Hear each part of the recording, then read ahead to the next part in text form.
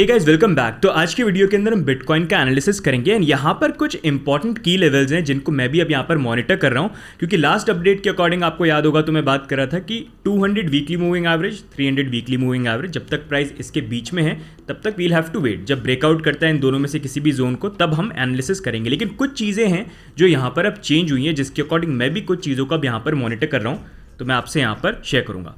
सबसे पहले previous update के अंदर हमने ये भी बात करी थी कि यहाँ पर हमको एडम एंड ईव या इवन ईव पैटर्न देखने को मिल रहा है, जिसके अकॉर्डिंग बेसिकली होता ये कि प्राइस के अंदर जब हमको एक कॉन्फर्मेशन लाइन होती है जो बेसिकली एक सपोर्ट का लेवल होता है, जो आप यहाँ पर देख सकते हैं, जब वो एरिया अच्छे वॉल्यूम से यहाँ पर ब्रेक डाउन करता है उसके बाद प्राइस के अंदर करेक्शन आता है, प्राइस स्टेबलाइज होती है एंड फिर हमको एक pull back, dead cat bounce आप बोल सकते हैं, वही एक जंप देखने को मिलता है। एंड इंपॉर्टेंट ये था कि जब वो अगर जंप आता है तो क्या वो कॉन्फर्मेशन लाइन के ऊपर चले जाता है।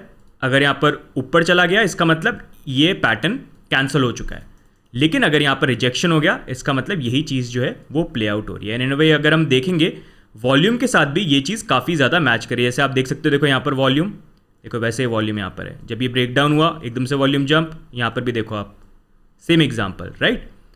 तो उसी के अकॉर्डिंग अभी यहाँ पर हम बात करें कि ठीक है पैटर्न देख लिया, अब यहाँ पर इसको हम फॉलो कैसे करें, कैसे पता चलेगा कि हमको ये पैटर्न जो है यहाँ पर प्ले आउट हो रहा है। तो उसके लिए जो पहली चीज़ मैं नोटिस कर रहा हूँ यहाँ पर, सबसे इंपॉर्टेंट चीज़ वो यहाँ पर ये है कि 200 वीकली मूविंग एवरेज, क्या बिटकॉइन की प्राइस इसको ब्रेक करती है कि नहीं करती है। ये चीज़ ध्यान रखना। 200 वीकली मूविंग एवरेज कहाँ पर है, ये है 22,600 आप मान लीजिए, 600-700 आप मान लीजिए अप्रॉक्सीमेटली। एंड ये एरिया इंपॉर्टेंट क्यों है, क्योंकि अगर आप देखोगे बिटकॉइन की हिस्ट्री के अंदर भी जब भी बिटकॉइन की प्राइस 200 वीकली मूविंग एवरेज के नीचे आई है, 3 या 4 हफ्ते से ज़्यादा प्राइस जो है वीकली कैंडल्स में एटलीस्ट इसके नीचे नहीं रही है। और अभी ऑलरेडी जो करंट सिचुएशन है यहाँ पर ये चौथा वीक है, तो वहाँ पर इंपॉर्टेंट है बिटकॉइन की प्राइस के लिए कि ऐसा अगर कुछ बाउंस आना भी है $30,000 तक, सबसे पहले हम यहाँ पर 200 वीकली एवरेज को ब्रेक करें, राइट। तो ये कहाँ पर है, $22,600, ये आपको ध्यान रखना है। और ये चीज़ ध्यान रखना, डेली में ब्रेक करे इसके ऊपर नहीं फर्क पड़ता, 4 आवर्ली में करें नहीं फर्क पड़ता, आवर्ली में करें नहीं फर्क पड़ता, हमको चाहिए यहाँ पर वीकली कैंडल क्लोजिंग $22,600 की, ताकि हम इस वीकली मूविंग एवरेज के ऊपर क्लोज हो, ठीक है। ये चीज़ ध्यान रखना। अगर आप पूछोगे यहाँ पर कि यहाँ पर वीकली कैंडल क्लोजिंग कब होती है, तो ये एक चार्ट है, अगर आप चाहो मैं बाद में शेयर भी कर दूंगा टेलीग्राम के ऊपर, आप डाउनलोड करके इसको सेव कर सकते हो। वीकली कैंडल क्लोजिंग होती है हर मंडे को सुबह 5:30 AM इंडियन स्टैंडर्ड टाइम, ठीक है। तो ये आपको मॉनिटर करना है। अब कुछ और चीज़ें हैं जो मैं यहाँ पर मॉनिटर कर रहा हूँ। कौन सी है वो चीज़ें, पहली चीज़ ये है कि अभी जो ये रीसेंट थोड़ा सा यहाँ पर स्पाइक आया ना, ये आपको दिख रहा है 200 WM है, ये वही वीकली मूविंग एवरेज है, आप देख सकते हो ये वाला जोन है, मैंने मार्क कर रखा है ताकि एक आइडिया रहे। लेकिन अभी जो करंटली यहाँ पर एक पैटर्न चल रहा था उसके अंदर मैंने प्रीवियसली बात करी थी कि बार बार देखो तो यहाँ पर हो क्या रहा है कि एक हमको हिडन बेरिश डाइवर्जेंस जो है कंटिन्यूशन में फॉर्म होते हुए देखने को मिल रही है।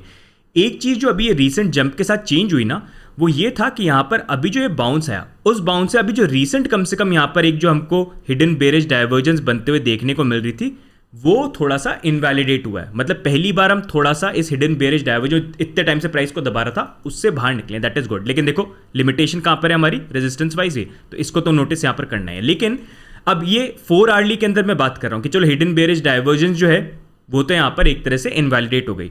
अगर आपको नहीं पता है कि हिडन बेरिश डाइवर्जेंस होती क्या है, तो ये आप चार्ट है जो डाउनलोड कर सकते हो।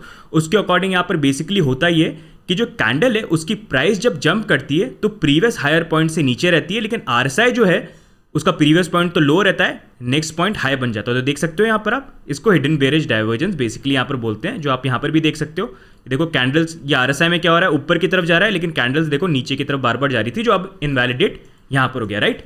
अब एक और चीज़ आपको मैं नोटिस कराऊंगा, सिर्फ 4 आवर्ली देख लिया यहाँ पर इनवैलिडेट हो रहा है, इसका मतलब ये नहीं कि कंप्लीटली इनवैलिडेट हो गया। अब हम क्या करेंगे, हम यहाँ पर जाएंगे डेली कैंडल के अंदर। अब मैं यहाँ पर डेली कैंडल में आ गया, अब मैं यहाँ पर देखूंगा क्या डेली कैंडल में हिडन बेरिश डाइवर्जेंस क्या सही में इनवैलिडेट हुई है। तो अगर आप यहाँ पर देखोगे, ये देखो प्रीवियस जोन आप देख सकते हो RSI का, किस जोन पे था ये दिख रहा है आपको, प्राइस किस लेवल पे थी, RSI किस लेवल पे था। और अभी अगर आप देखोगे ये प्राइस का, ऑल्दो 4 आवर्ली के अंदर हिडन बेरिश डाइवर्जेंस जो बन रही थी वो इनवैलिडेट तो हुई है, लेकिन अभी भी ये प्राइस लेवल इस लेवल से तो कितना नीचे है। और RSI अगर देखोगे बहुत ज़्यादा यहाँ पर पास आ गया, और ये थोड़ा सा एक रेड वार्निंग बन रही है मेरे लिए कि यहाँ पर या तो प्राइस के अंदर कोई ऐसा ही जंप आना चाहिए कि एकदम ऊपर चले जाए, क्योंकि साफ साफ ये अगर आप देखोगे ये फिर से एक बड़ी हिडन बेयरिश डाइवर्जेंस यहाँ पर बन रही है। जो डाइवर्जेंस को लेकर देखो ऐसा नहीं है कि अभी के अभी प्ले आउट कर जाए, कई बार ये टाइम भी यहाँ पर ले लेती है। तो समझे आप इससे कैसे यहाँ पर मॉनिटर करना है। 4 आवर्ली में देखा हमने बन रही थी, ठीक है, शॉर्टर टाइम फ्रेम में बन रही है, अब इनवैलिडेट हुई, चलो अच्छी बात है, कुछ तो चेंज हो रहा है। लेकिन बड़े टाइम फ्रेम में क्या हो रहा है देखा आपने यहाँ पर, तो एक वो आइडिया देता है। अब ये बोलता क्या, ये हिडन बेयरिश डाइवर्जेंस ये वाला, क्या ये बोलता है कि प्राइस जो है सिर्फ यहाँ पर 22,500 पे लिमिट हो जाएगी? नहीं, वो 200 वीकली मूविंग एवरेज बोलता है। ये जो डाइवर्जेंस है ये बोलता है कि प्राइस जो है अगर इसी तरह से मूव हुई तो एट मैक्स 30,000 तक जा सकती है, वहां से इनवैलिडेट हो सकती है, राइट।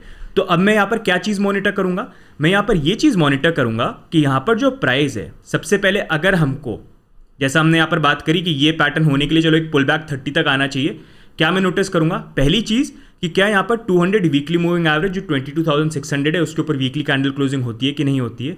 एंड उसके बाद जब प्राइस और फर्दर कंटिन्यूएशन में आती है तो यहाँ पर जो हम देख रहे हैं डेली के अंदर हिडन बेयरिश डाइवर्जेंस, ये और फर्दर यहाँ पर बन सकती है। तो क्या वो कंटिन्यूएशन में और यहाँ पर फॉर्म होती है कि नहीं होती है? एंड अगर होती है तो फिर यहाँ पर रिजेक्शन के चांसेस ज़्यादा हो जाएंगे, जो इन अ वे इससे भी यहाँ पर मैच करेगा। साथ में एक चीज़ आपको और नोटिस करनी है कि जब अगर ये बाउंस आता है ना, जैसे हमने 200 वीकली मूविंग एवरेज को ब्रेक किया, क्या चीज़ नोटिस करनी है? कैंडल्स धोखा दे देंगी आपको, लेकिन यहाँ पर आपको ये मैच करना है कि क्या वॉल्यूम आपको धोखा दे रही है कि नहीं दे रही है, क्योंकि वॉल्यूम बहुत सारी चीज़ें यहाँ पर बताती है। आपको ये नोटिस करना है कि हमने एक्चुअली में अगर ब्रेक भी किया, देखो ये तो मैंने आपको बता दिया डेली में हिडन बेयरिश डाइवर्जेंस का। आपको ये चीज़ नोटिस करनी है कि जब एक्चुअली में अगर 200 वीकली मूविंग एवरेज के ऊपर आ भी जाते हैं और प्राइस ऊपर की तरफ, जैसे यहाँ पर आए, हमने इसको ब्रेक कर दिया, ठीक है, यहाँ पर थोड़ा सा रहा और फिर और ऊपर जा रहे हैं, तब आपको यहाँ पर नोटिस करना है वॉल्यूम, कि क्या वो वॉल्यूम इंक्रीज हो रहा है या नहीं हो रहा है। जो अगर आप यहाँ पर देखोगे, देखो जब ये पुल बैक आया था तो यहाँ पर आप देख सकते हो वॉल्यूम किस तरह से था। ओवरऑल यहाँ पर फ्लैट ही था, थोड़ा सा स्पाइक था लेकिन कोई सिग्निफिकेंट वॉल्यूम जो था नहीं आया। तो वो आपको मैच करना है, क्या वो चीज़ यहाँ पर हो रही है कि नहीं हो रही है। एंड कभी भी कोई अच्छा एक्चुअल में मूवमेंट आता है तो उसके लिए इंपॉर्टेंट क्या होता है कि अगर प्राइस ऊपर जा रही है तो वॉल्यूम भी साथ में ऊपर जाए, प्राइस जा रही है वॉल्यूम भी एकदम स्पाइक करके ऊपर की तरफ करे। ऐसा नहीं प्राइस ऊपर जा रही है और वॉल्यूम नीचे की तरफ जा रहा है, कुछ आ ही नहीं रहा, तो साफ साफ दिखाता है कि कुछ गड़बड़ है। साथ में यहाँ पर एक और चीज जो एंड में हम फिर से यहाँ पर देख लेते हैं थोड़ा ओवरव्यू रखने के लिए, कि फंडिंग रेट के अकॉर्डिंग अभी सिचुएशन क्या चल रही है, लॉन्ग शॉर्ट कितने ओपन है, तो उस अकॉर्डिंग अगर हम देखेंगे थोड़ा सा मूवमेंट है, मार्केट वापस बुलिश यहाँ पर हो चुका है, लॉन्ग्स काफी ज्यादा यहाँ पर ओपन हो गए हैं। एंड ये भी चीज़ ध्यान रखनी है कि देखो इकोनॉमिक कंडीशंस भी जो है अभी ऑल ओवर द वर्ल्ड इतना अच्छा नहीं है। जिस तरह से इंटरेस्ट रेट वापस राइज हो रही है, रिसेशन आने के भी चांसेस बहुत ज़्यादा हैं आने वाले 1 साल के अंदर, काफ़ी सारे इकोनॉमिस्ट तो ये बोल रहे हैं। तो अगर वो इम्पैक्ट पूरे मार्केट में हुआ तो बिटकॉइन के अंदर क्रिप्टो मार्केट में भी कहीं पर आ सकता है। और ये चीज़ भी आप ध्यान रखना, जो हम स्टार्टिंग से आपको बता रहे हैं, 2 साल का बुल मार्केट, 2 साल का बेयर मार्केट, तो वो अभी टाइम ऐसा है कि साइकिल के अकॉर्डिंग ये एक टाइम है जहाँ पर थोड़ा बहुत बाउंस हमको देखने को मिल जाए, लेकिन नया ऑल टाइम हाई रीच करने में हो सकता है 2024 के बाद हमको बिटकॉइन के अंदर देखने को मिले, एक बार हाफिंग यहाँ पर हो जाती है।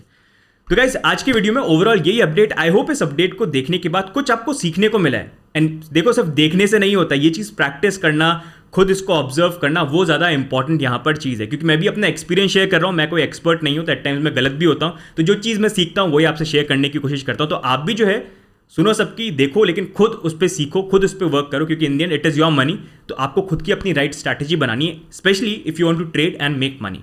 तो गाइस आई होप आज का वीडियो आपको अच्छा लगा, ये अपडेट अच्छा लगा तो प्लीज़ डू लाइक, सब्सक्राइब, ये बहुत मोटिवेट करता है। साथ में आपकी क्या व्यू पॉइंट है बिटकॉइन को लेके, वो भी कमेंट्स में डाल के बताना, और ये फॉर्मेट भी अच्छा लगा तो कमेंट्स में डाल के जरूर बताना। बाकी मिलेंगे हम अगले वीडियो में, तब तक के लिए bye and take care, bye bye.